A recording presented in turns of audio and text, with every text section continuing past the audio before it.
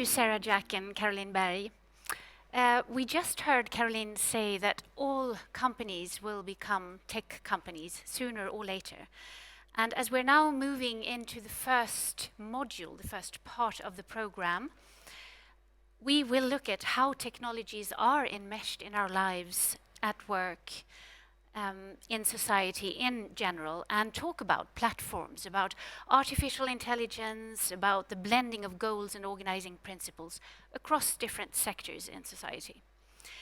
As our first keynote speaker, I am proud to introduce Annabelle Gower, who is Chaired Professor in Digital Economy at the University of Surrey in the UK. She is also a visiting professor of strategy and innovation at the Saïd Business School at the University of Oxford. Welcome, Annabelle Gower.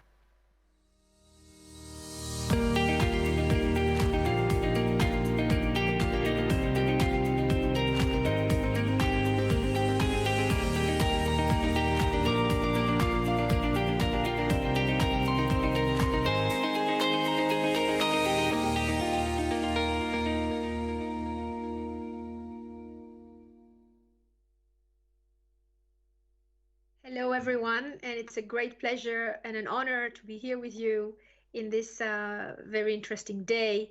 And I want to thank the organizer for inviting me. I will speak to you, we have 20 minutes, about what I think is one of the most important developments in the business world of the digital economy. And by this, I mean the emergence of those new types of companies that we call platforms or digital platforms.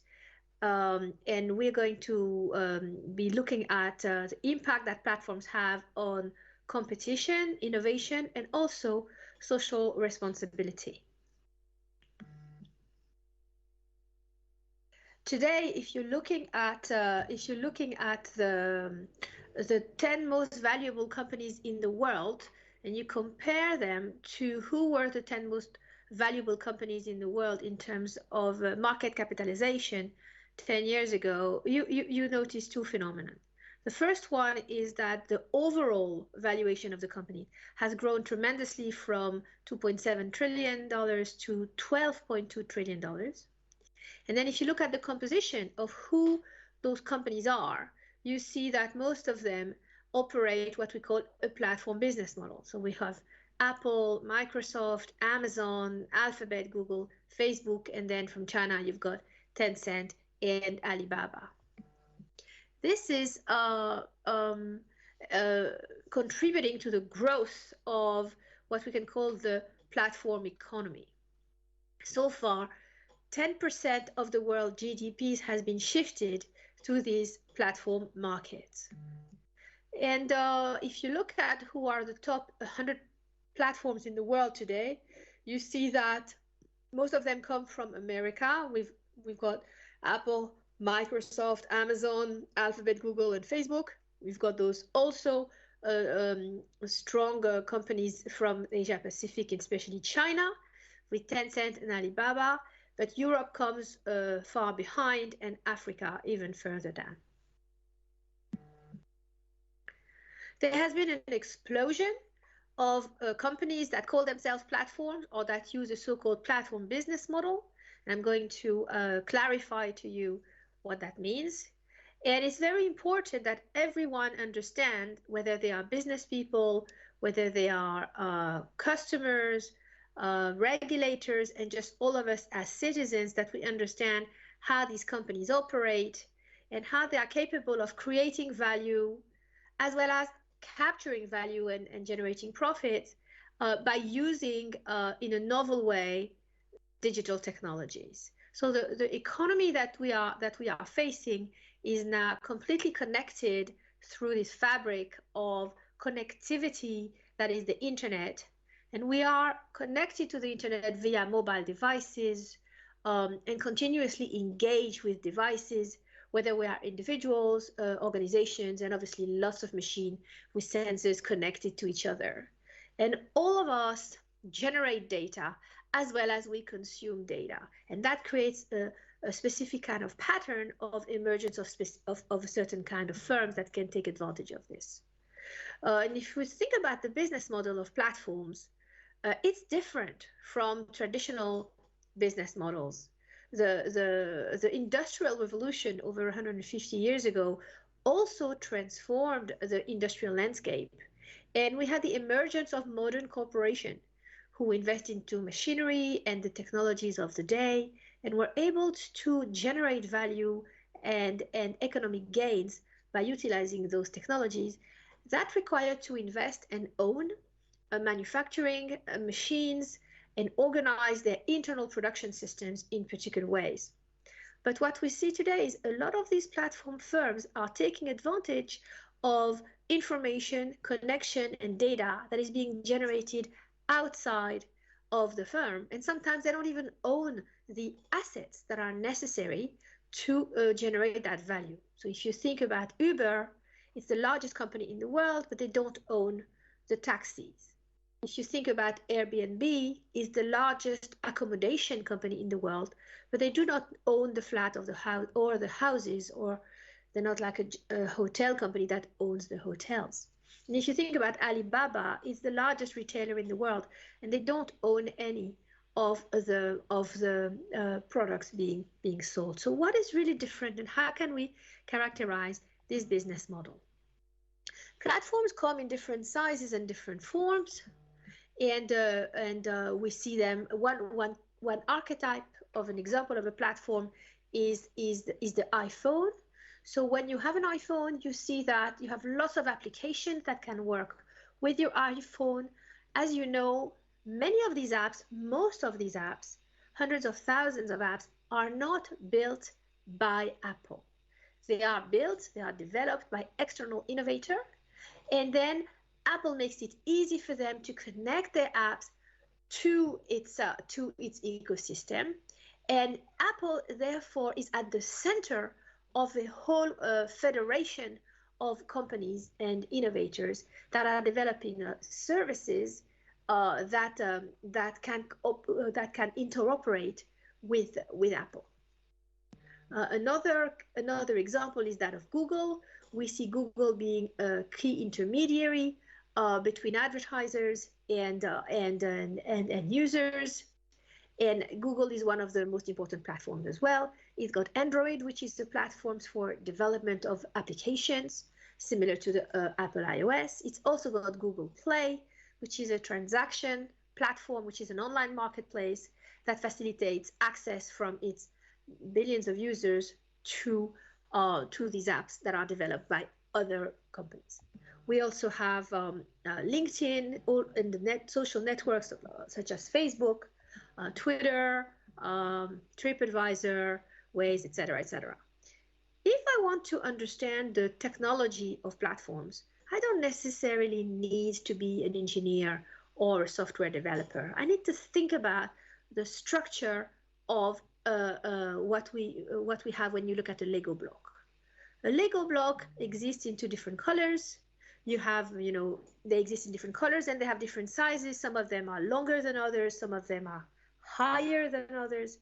But there is one feature of the design of the Lego block which is the same throughout the Lego blocks, and that is the little elevated cylinder, those round little dots that are sticking out from the fundamental brick. And those cylinders, they really are helping connect one Lego block to another Lego block. You can think of them as connectors. You can think of them as interfaces. They are what happens in between the different Lego blocks. The advantage of having these standardized connectors or standardized interfaces is that it facilitates mixing and matching different Lego blocks of different colors and different sizes to build a lot of new systems. And something that is common to the technological design of all the platforms is that they have interfaces which are software-based, which facilitates the interconnection of new products, technologies, and services that can connect to them. And this image that I have here is that of a sculpture that is generating and creating a whole new model which look like a city springing out of a hand, just to indicate that there is a lot of generativity and possibility to innovate on top of a foundation. So if we think about platforms, I distinguish two different types of platforms in the sense of how they create value. The first type is that of a transaction platform, where the platform is an intermediary that facilitates connection between one group and another group. So here, a key example would be that of Google search, where you have Google facilitating connection between advertisers on the one hand and users on the other. The business model here is really interesting. Google doesn't make end users pay directly for the service. They could have decided, they could have gone a different way. They could have decided, for example, like Netflix, to charge per month or charge per search. But no, they decide to subsidize one side of users so that they can attract another side, here the advertisers, which are willing to pay. And those arrows that you see, the orange arrows that go across the side, economists call them network effects. They are a momentum, a positive reinforcement feedback loop, where the more people you have on one side, then the more attractive the platform on the other side. For Google, obviously, the more users they are connected to the platform, the more attractive it becomes for the advertisers.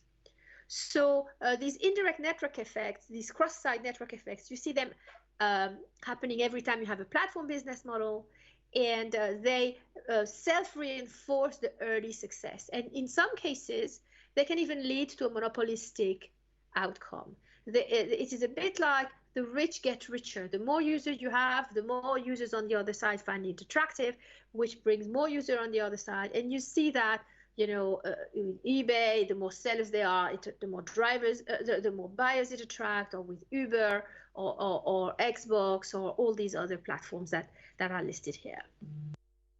So the more of each side attract more of the other. Another way by which platforms create value has to do with innovation platform. An innovation platform here is a system that can be adapted to countless needs and niches that the platform original developers might not have contemplated. So it provides a technology that can be used by innovators to innovate on top of it. And here, the notion of innovation platform is really important because what you have is the positive role of a platform owner that can generate external innovation by others. And that idea of reusing a core technology to innovate on top of it comes from the notion of product families. It was also used in manufacturing, where you had a car manufacturer, and that's the way car design and production is organized. They don't go back to the drawing board, reinvent from scratch every single car. They reuse a core set of components and architecture across different models, and then they customize it by just adding peripheral components. So the difference between these innovation platforms that we knew in the traditional manufacturing world and the one we have now is that platforms can exist within firms. So here the firm can build both the core innovation platform and the components that are built upon it. So these are traditional product families. You see some of that with products by Philips or by Black & Decker.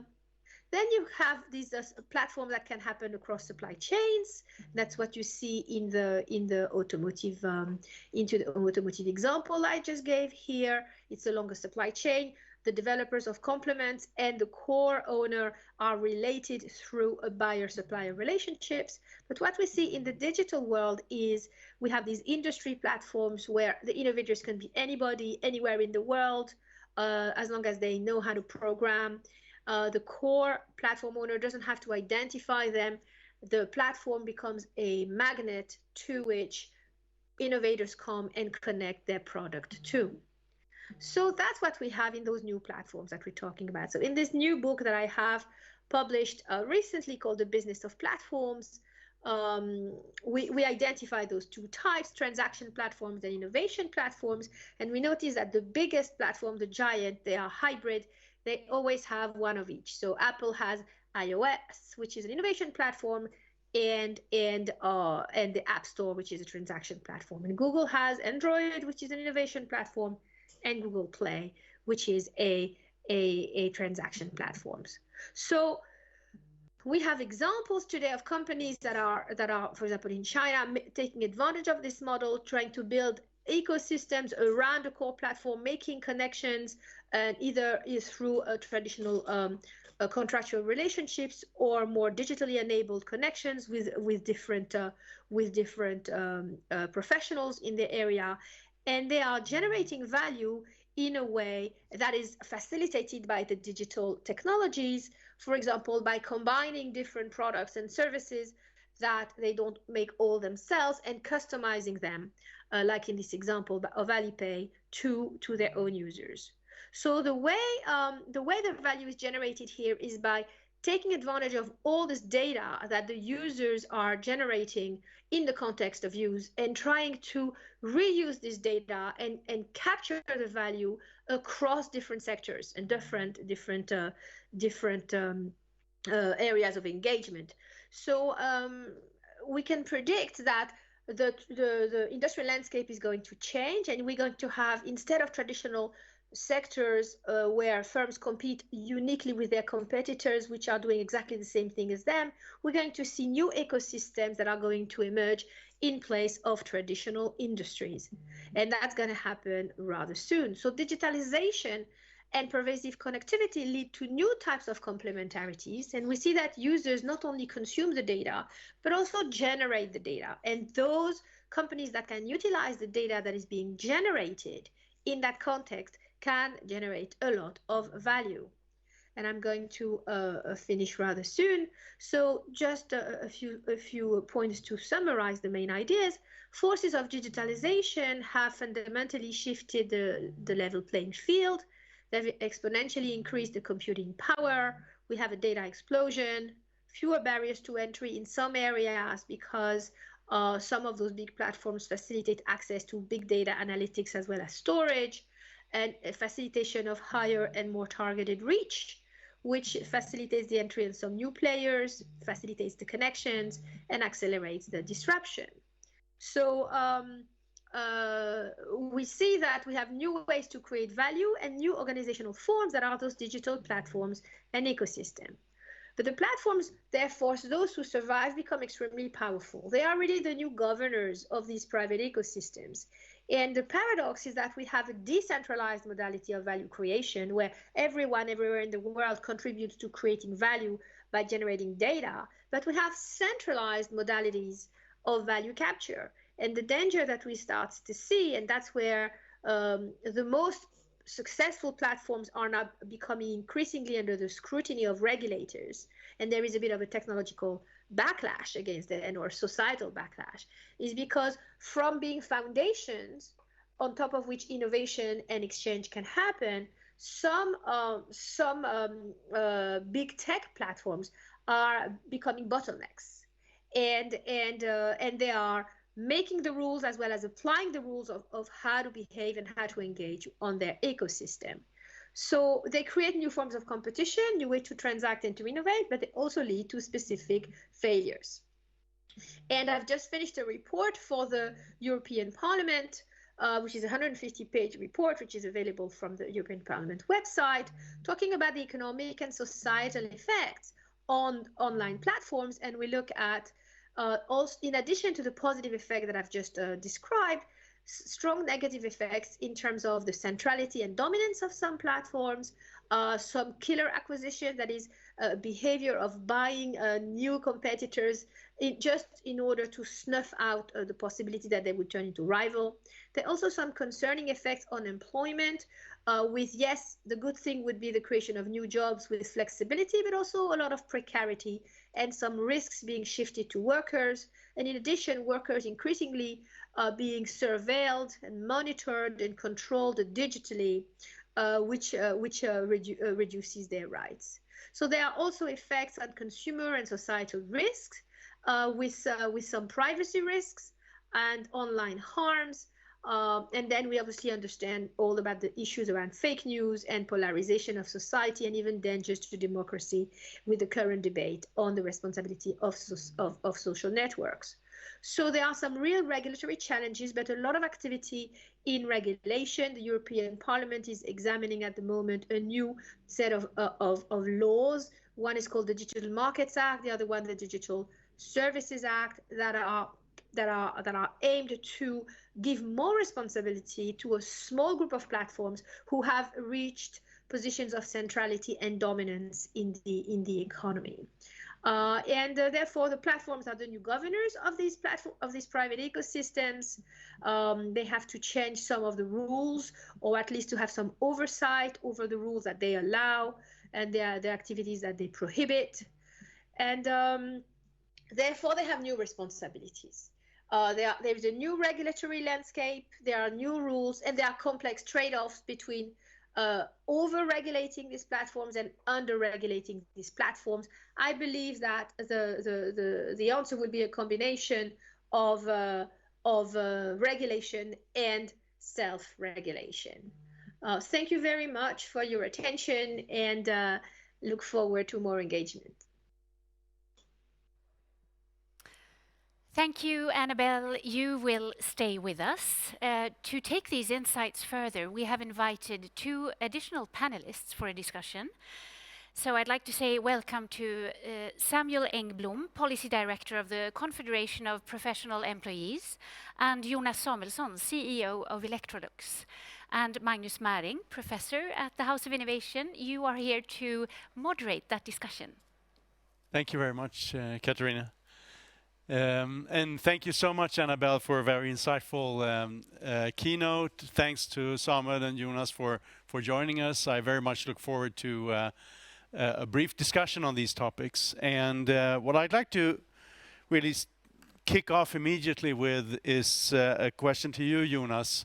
So Annabelle just said that we will see new ecosystems emerging in just a few years in traditional industries. And you know, in your position as a leading incumbent firm, how do you address the challenges that we see currently?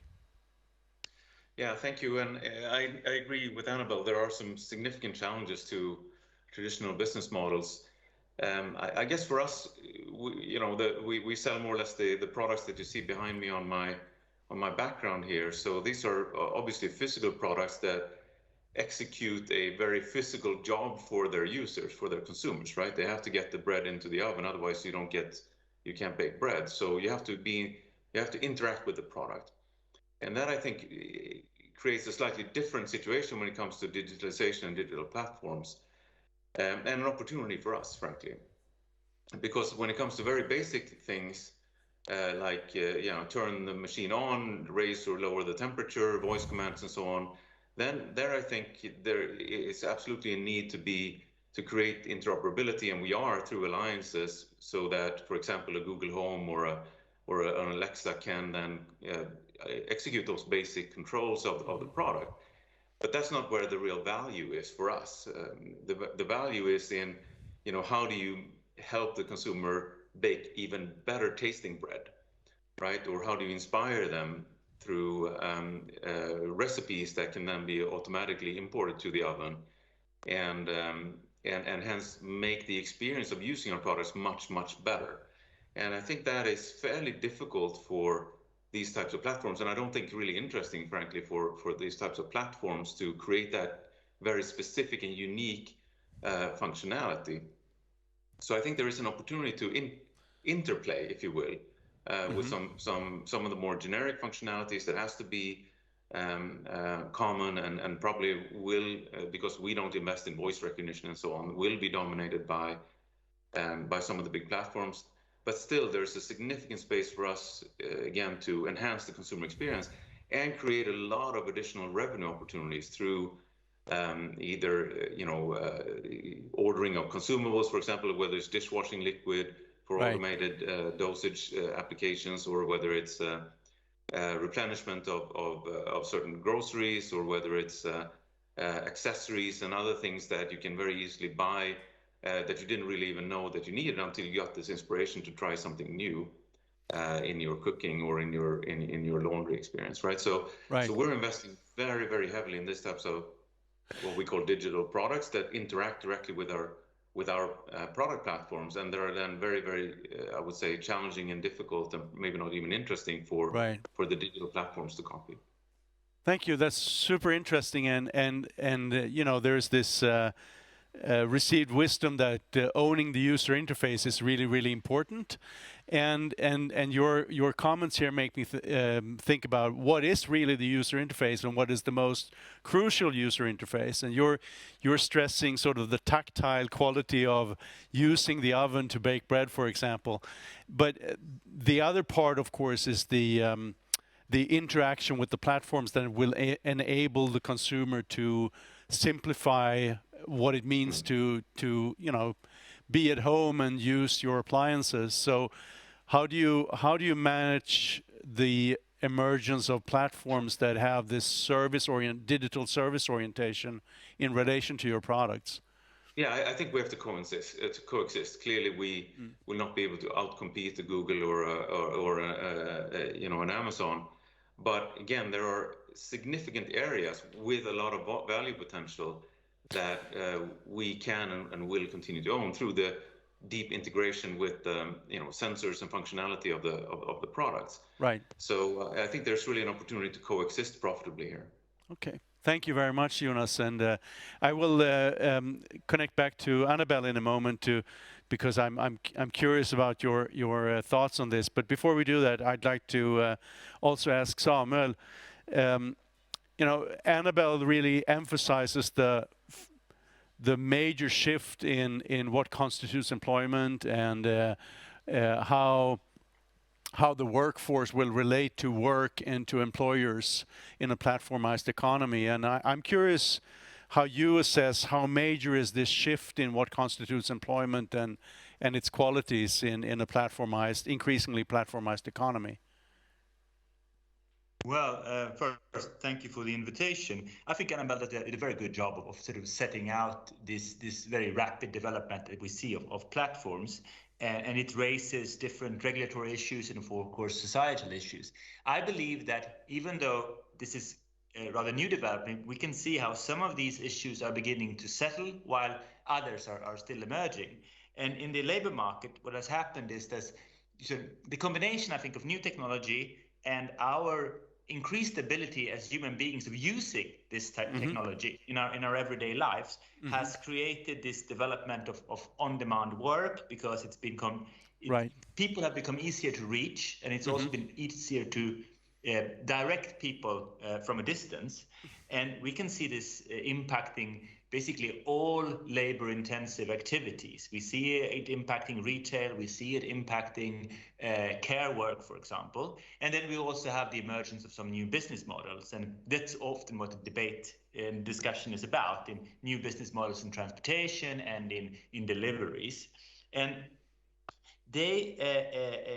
and one such issue that comes up are these platforms employers? Are the people working for the platforms or performing the work? Are they employees? And this, I think, is an example of an issue that is beginning to settle, because this has now been this question has been raised in a number of countries. It's reached the higher courts in a number of countries, and the outcome is almost always the same. That is that the people working for these platforms or through these platforms are employees. And that has actually to do with the business model, because many of these companies, they want to sell a standardized service. If you take an Uber anywhere in the world, you should know what the service, what sort of the content of that service. The reliability is a very important aspect. And to be able to standardize the service, you have to set up certain rules for the people performing the service, and you have to monitor and you have to sanction these rules. And that is actually what legally makes you an employer. So I think that is an issue that is now beginning to settle. Then, of course, there are another discussion about what this does with the organization of work, in the sense that it has also become easier to take take tasks and chop them up.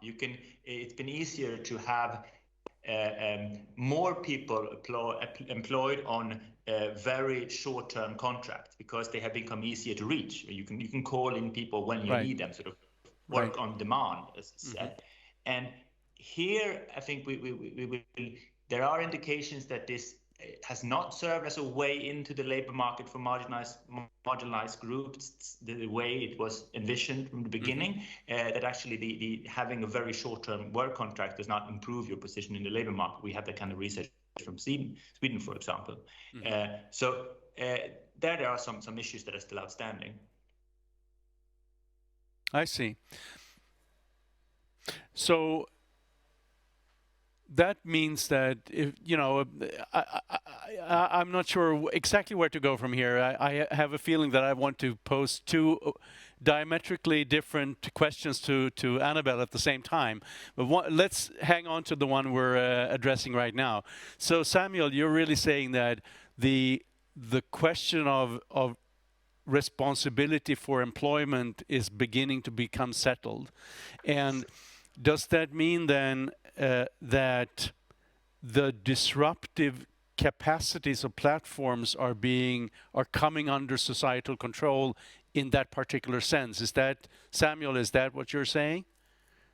Yes, I think it's important I think the best option when you are facing new technology is always to apply existing rules. Right.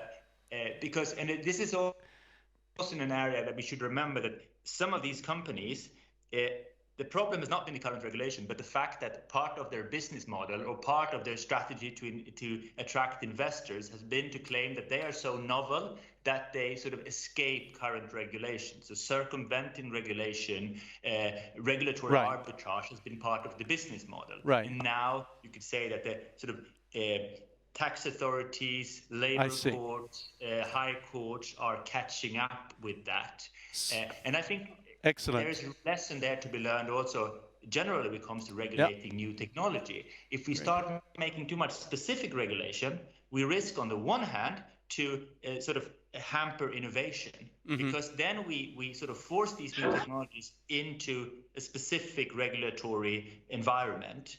Right. The other risk is that we create a special legal room where anyone who can claim to have a platform business model will avoid the regulation that applies to other businesses, and therefore they can create a competitive advantage. Excellent. So there are risks in regulation. Awesome. Thank you, Samuel. So over to you, Annabelle. What do you think? Is the employer responsibility question beginning to become settled because civil society is creating more rules around platforms? I think the answer to that question is probably different if you compare Europe and the United States. I think that, and I don't know what Samuel thinks, but in California, there was this big political debate around rules around are Uber and Lyft employees, drivers employees or not, and the ballot and the counter ballot. So my feeling is that in the United States, that question is not as resolved yet. Okay. But it could be seen as an example of what you talked about, namely that we are sort of gradually if not catching up, then at least playing catch with the developments of the big tech firms in terms of regulation. Yes. Yeah. I mean, you could say that about development in California, for example, what happened was that when the courts caught up with the business model, the businesses invested huge sums of money into changing the regulation to create a special sort of space for their business model, which the courts had already caught up with. Right. Okay, so let me switch back to Jonas' comments about ways to think about the user interface and ways to think about how consumers will engage with both products and platforms. And Annabelle, I'm curious as to how you see this, and in particular, perhaps, if incumbent firms have a chance here to sort of grab the most emotionally important interface and neutralize some of the platform influence by creating sort of multi-platform connectivity in their products.